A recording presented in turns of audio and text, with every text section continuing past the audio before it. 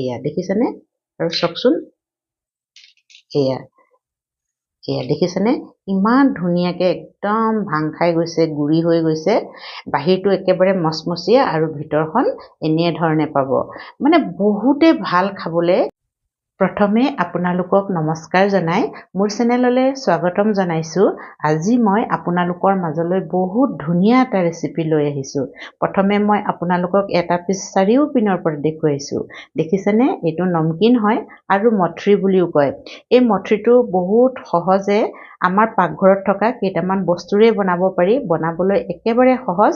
আৰু এই মথৰিটো বিস্কুটৰ দৰে মানে 2-3 মাহলে একেবাৰে বেয়া নহয় আপোনালোকে সৰহকে বনাই ধুনীয়াকে ডব্বা এটাত ভৰাই থৈ দিব আৰু 2-3 মাহলে বেয়া নহয় আৰু খাই থাকিব পাৰিব চাহৰ লগতো খাবলৈ বহুতেই ভাল নিমখীয়া হয় যিহেতু আৰু যিসকলে মিঠা নাখায় তেওঁলোকে এইটো ৰেচিপি বা এই মথৰিটো খাই বহুতেই ভাল পাব আৰু ল'ৰা ছোৱালীক টিফিনত দিব পাৰিব আলহীক দিব পাৰিব নিজেও ধুনীয়াকে খাই থাকিব পাৰিব মানে বহুতে ভাল একদম বিস্কুটৰ দৰে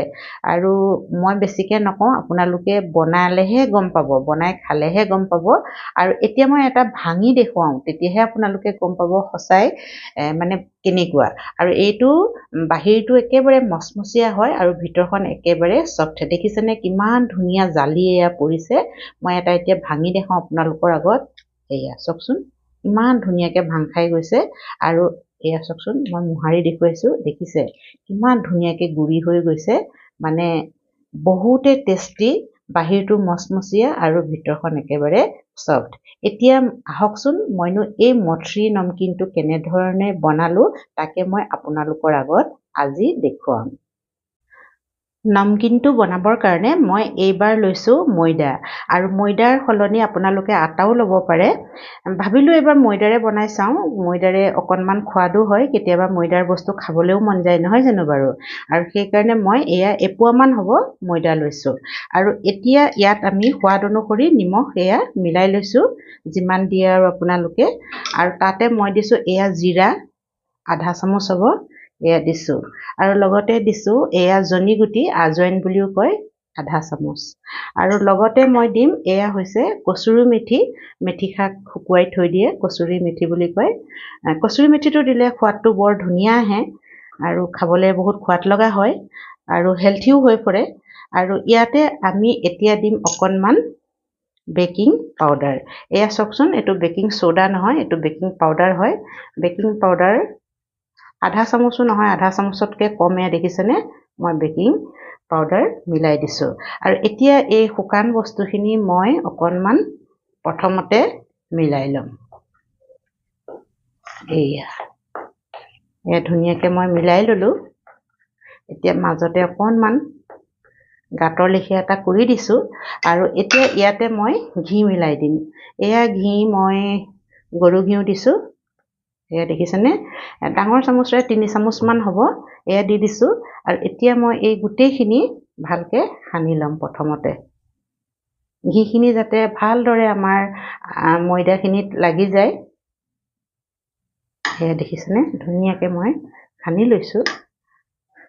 আমি প্ৰথমতে শুকান বস্তুখিনি যিমান ভালদৰে ঘি আৰু ময়দাখিনি সানি ল'ম সিমানেই আমাৰ নমকিনটো ধুনীয়াকৈ ফুলিব মচমচীয়া হ'ব আৰু মানে খাবলৈ বহুত সোৱাদ লগা হ'ব বাহিৰে মচমচীয়া হ'ব আৰু ভিতৰটো একেবাৰে কোমল হ'ব এয়া দেখিছেনে মই ধুনীয়াকৈ সানি ল'লোঁ আৰু এনেকৈ মুঠি এটা মাৰি চাইছোঁ ধুনীয়াকৈ আমাৰ মুঠি এটা হৈছে দেখিছেনে তাৰমানে আমাৰ ঘিউৰ পৰিমাণ ঠিক হৈছে আৰু ঘিউৰ জেগাত আপোনালোকে তেলো দিব পাৰে ৰিফাইন তেলো দিব পাৰে আৰু ঘিউ দিব পাৰে মই ঘিউৱেই দিছোঁ আৰু এই আমাৰ হৈ গৈছে এতিয়া মই ইয়াত অলপ অলপকৈ পানী মিলাই যাম আৰু পানীখিনি মই কুহুমীয়া পানী লৈছোঁ বহুত বেছি গৰম নহয় আঙুলি সুমুৱাব পৰা কুহুমীয়া পানী লৈছোঁ এয়া দেখিছেনে বহুত পানী একেবাৰতে দি নিদিব অলপ অলপকৈ আমি দি যাম আৰু অকণমান লাগিব পানী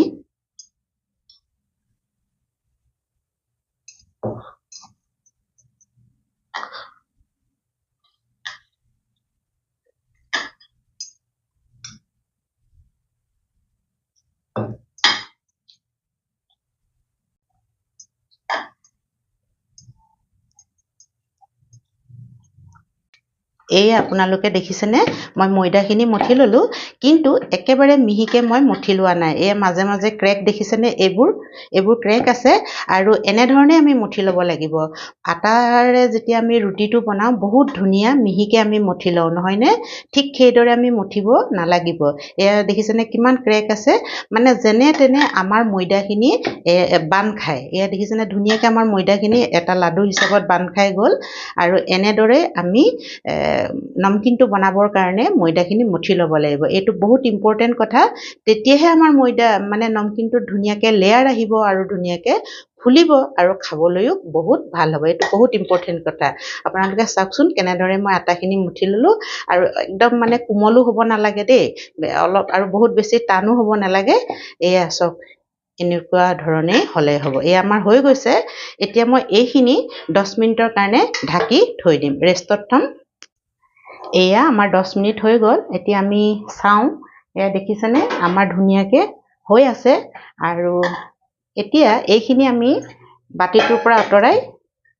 ইয়াতে লৈ লৈছোঁ আৰু এইটো দেখিছেনে আমি এতিয়া খুব বেছি মিহিকে এতিয়াও আমি মুঠিব নালাগে এতিয়া আমি এইখিনি বেলি যাম দেই দেখুৱাই দিছোঁ মই আপোনালোকক বেলনাৰে আপোনালোকে ধুনীয়াকে বেলি ল'ব সেইকাৰণে মই বেলনাখনত লোৱা নাই যিহেতু অকণমান ডাঙৰকে বেলিব লাগিব আৰু পাতলা কৰিব নালাগে অকণমান শকতকে মানে মোটা কৰি আমি বেলিব লাগিব এয়া চাওক এয়া মই ধুনীয়াকে বেলি দিলোঁ আৰু এতিয়া আমি কটাৰী চাকু এখনৰ সহায়ত সাইডকেইটা কাটি দিম যাতে ধুনীয়াকে স্কোৱাৰ শেপত বা ৰেক্টেংগল শেপত হৈ যায় এয়া চাওকচোন মই ধুনীয়াকে কাটি দিছোঁ সাইডকেইটা আৰু সেই সাইডকেইটা যেনিবা পিছত আকৌ বনাই ল'ম আমি আৰু মই আপোনালোকক ক'লোৱে মাত্ৰ 10 মিনিটহে ৰাখিছোঁ বেছি দেৰি ৰখা নাই আধা ঘণ্টা নাৰাখিলেও হ'ব বাৰু এয়া দেখিছেনে মই এটা স্কোৱাৰ শেপত ধুনীয়াকে কাটি ল'লোঁ আৰু এতিয়া কিমান ডাঙৰ সৰু কৰে সেইটো আপোনালোকৰ কথা মই বেছি ডাঙৰ কৰা নাই আধা 1 ইঞ্চিয়ে হ'ব 1 ইঞ্চিৰ জোখত এয়া প্ৰথমতে দীঘলীয়াকে কাটি লৈছোঁ আৰু যিকোনো শেপতে আপোনালোকে কাটিব পাৰে নিজৰ পছন্দ অনুসৰি মই এনে ধৰণে কাটিছোঁ তেতিয়া খাবলৈও ভাল লাগিব নহয় জানো বাৰু আৰু এনেকেও মই এনেকুৱা একেটা শেপতে কাটি দিছোঁ দীঘলীয়াকে স্কোৱাৰ শেপত কাটি দিছোঁ চব এই দেখিছেনে ধুনীয়াকে স্কোৱাৰ শেপত কাটি দিছোঁ এইপিনো এয়া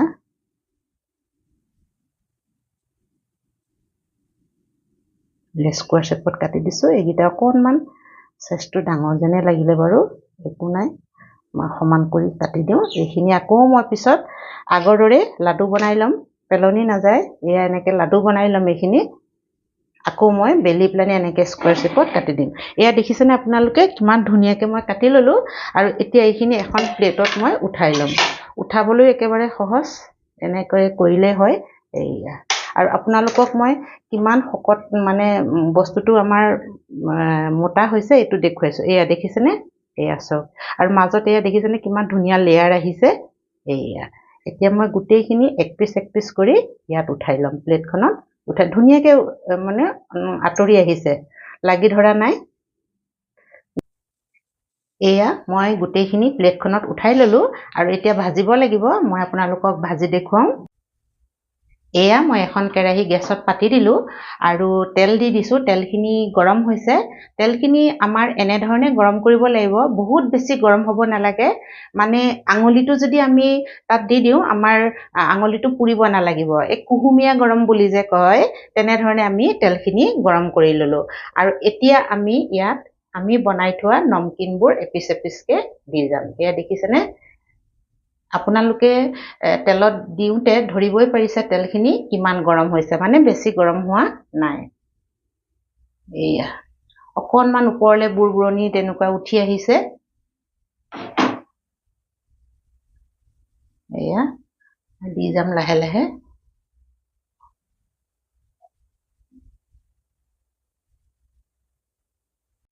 এয়া দেখিছেনে মই গোটেইখিনি দি দিলোঁ অলপ বেছি যেন লাগিছে তথাপিতো একো নাই আৰু এইখিনি এতিয়া ধুনীয়াকৈ ফুলি যাব আৰু গেছৰ ফ্লেমটো মই একেবাৰে লোত ৰাখিছোঁ আৰু যিহেতু আমি যদি হাই কৰি দিওঁ এইখিনি সোনকালে ৰঙচুৱা হৈ আহিব কিন্তু ভিতৰখন আমাৰ নিসিজিব আৰু সেইকাৰণে আমি লো ফ্লেমতে এইখিনি লাহে লাহে সিজাই থাকিব লাগিব তেতিয়া কি হ'ব ধুনীয়াকৈ ভিতৰখন সিজিব আৰু ধুনীয়াকৈ ফুলি উঠিব আৰু আপোনালোকে মন কৰিছেনে গেছৰ ফ্লেমটো লো হৈ থকাৰ কাৰণে বুৰবুৰণি উঠি আহিছে আৰু এতিয়া একেবাৰে কোমল হৈ আছে আমি হাতা নলগাওঁ আমি অকণমান এনেধৰণে কেৰাহীখনকে কেৰাহীত থকা তেলখিনি অকণমান এনেকৈ লৰাই দিছোঁ আৰু এইখিনি এনেধৰণে লো ফ্লেমত ধুনীয়াকৈ যেতিয়া সিজিব নিজে নিজে ওপৰলৈ উঠি আহিব মাত্ৰ আমি এনেধৰণে অকণমান লৰাইহে থাকিম এইয়া তেতিয়া কি হ'ব ওপৰৰ পৰাও তেলটো লাগিব চাৰিওপিনে লাগিব আৰু এটাৰ লগত এটা লাগি নাথাকে অকণমান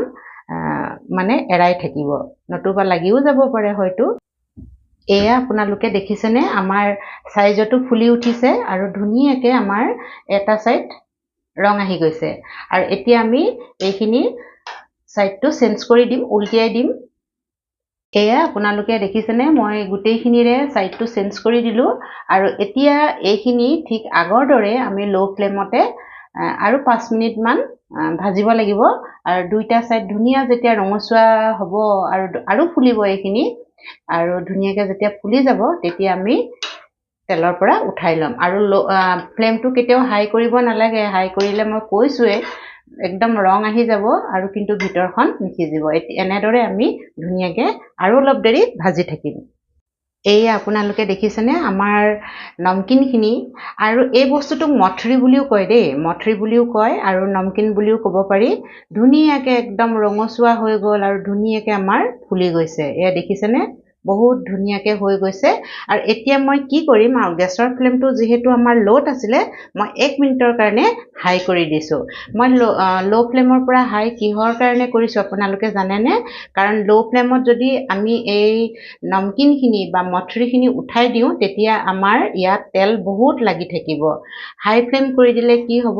হাই ফ্লেম কৰাৰ সময়ত যদি আমি এই মথৰিখিনি তেলৰ পৰা উঠাওঁ তেতিয়া ইয়াত তেল বেছি লাগি নাথাকে বা মথৰিখিনি অইলি নহয় এয়া চব ধুনীয়াকৈ আমি উঠাই আনিছোঁ এয়া আৰু